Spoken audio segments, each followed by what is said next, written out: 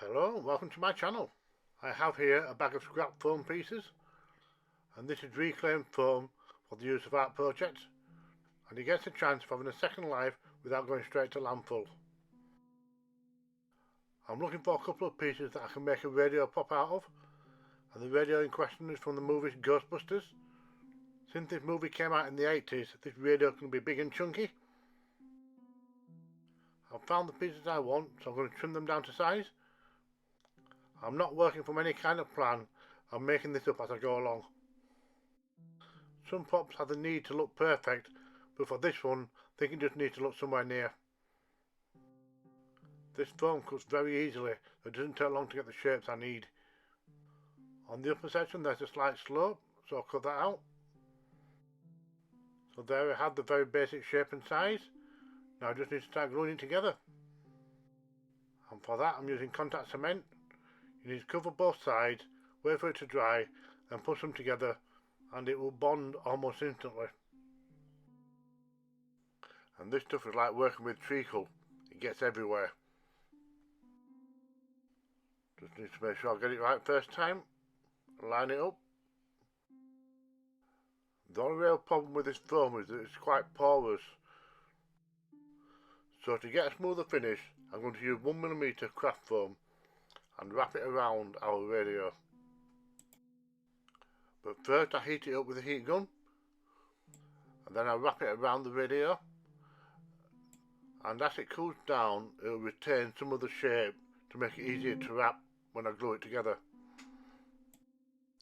Foam will stretch about 1 or 2%, so it gives me a little bit of room to play with.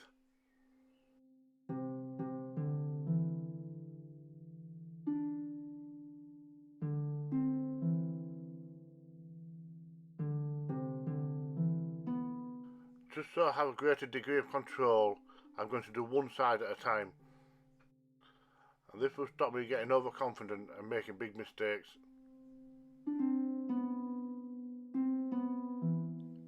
I'm doing the front side first, so I have to make sure that it's lined up so that when I wrap it, it still covers. And also the front had the taper in the middle, so I need to make sure I cover that without making any creases.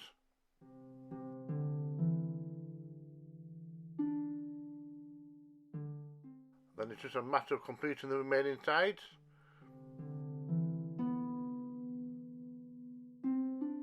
As well as trimming off the excess material along the way.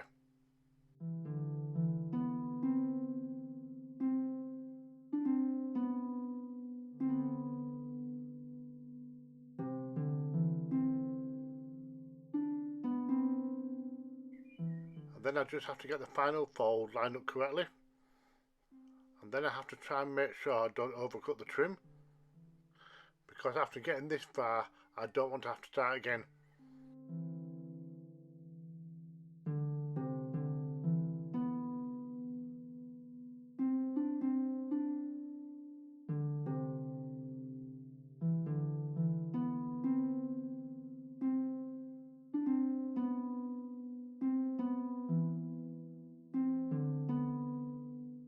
It's starting to resemble a radio now.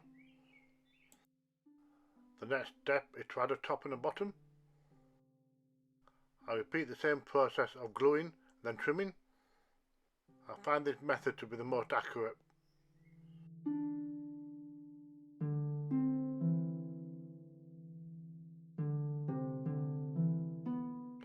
I give it a blast with the heat gun.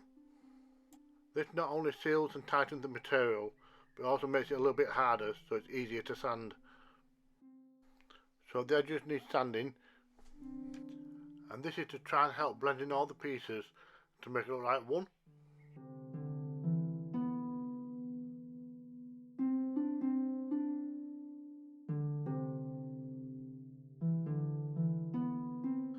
Using the Dremel, I started in some detail underneath. And first I add the charging pins. I've cut out a template for the panels on the front. As you can see, the thickness of the template provides just enough spacing for me to move it up, and this way I can just trace around it. And once again I try to be as accurate as possible. The top panel is supposed to have the Motorola logo on it, but for this prop it's just going to remain blank. A blast from the heat gun opened up all those freshly cut lines.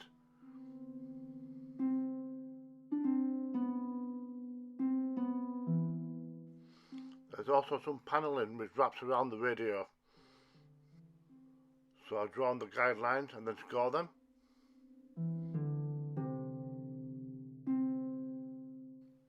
In the reference photos, the centre column is of a grey colour, but I think I'm going to keep it black just for the purpose of this video.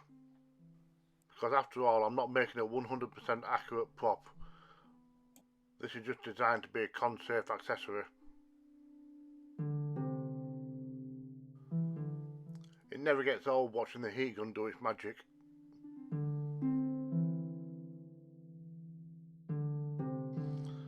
Then I cut out and add the trigger to the side. And for this there were several different conflicting reference photos, so I had to pick the one I liked the best and then just copied that. Because these kind of radios are modular and you can configure them to your own specifications.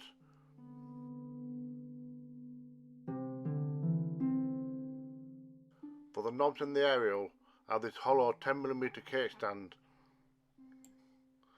They are slightly too wide, but it's all I have at hand at the moment, and once again I'm not striving for 100% accuracy.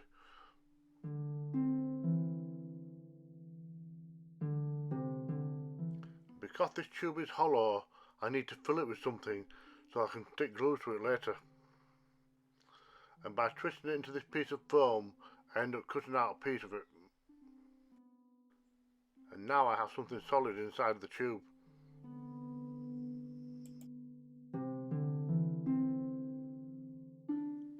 And now mapping the dials around the tips.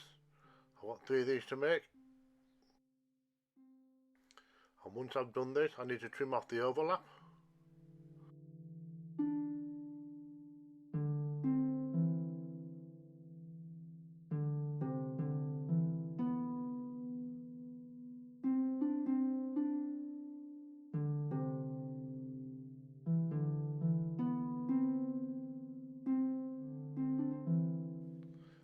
And now I'm adding a top to each of them. And this is where the foam insert comes into play. So the glue has something to adhere to. Then it's just a matter of trimming off the edges and neatening it up.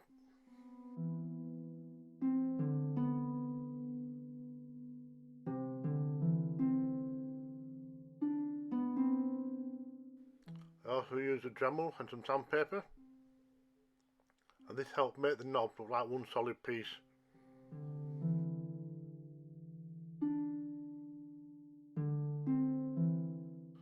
Then it's just a matter of scoring the lines down each one. This is also a good way to help blend in the line where the two pieces meet. Then a quick blast with the heat gun helps make the line more prominent.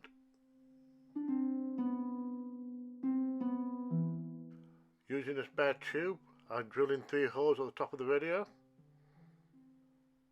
and this allows each individual knob to slot into place. I create the aerial in a very similar way, except it's just a little bit longer and there's no grooves on the top, and that slots in just at the back corner. I've given everything a spray matte black, and now I'm adding some silver rub and buff to the buttons. This is a good alternative to normal silver paint, and I also added a little silver to the face screw to the side, and this helps sell the illusion that it's been screwed in and out a few times. Then I used a little bit of gold rub and buff for the charging contact underneath. Now I could go the whole hog and match everything up to the screen used prop, but for me this is enough, it's passable. As I only used the material that I had at hand, and I wanted to put it together quite quickly while I had the time. This was completely done freehanded. I took no measurements whatsoever, so the noticeable bits that are missing are the grey stripe which goes around, silver top, along with an on-off switch. Then on the rear there should be a sticker here, and on the front there should be Motorola logo on the top bar. But most casual fans won't notice this, so I'm happy with where it's at. And as the radio is nondescript, it should pass for any other 80s themed project. Stranger Things, perhaps?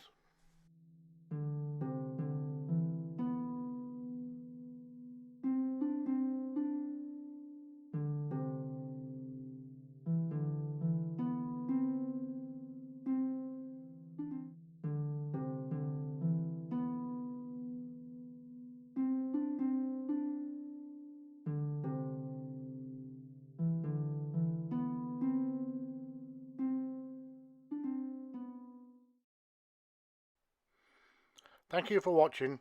Don't forget, if I can do it, so can you.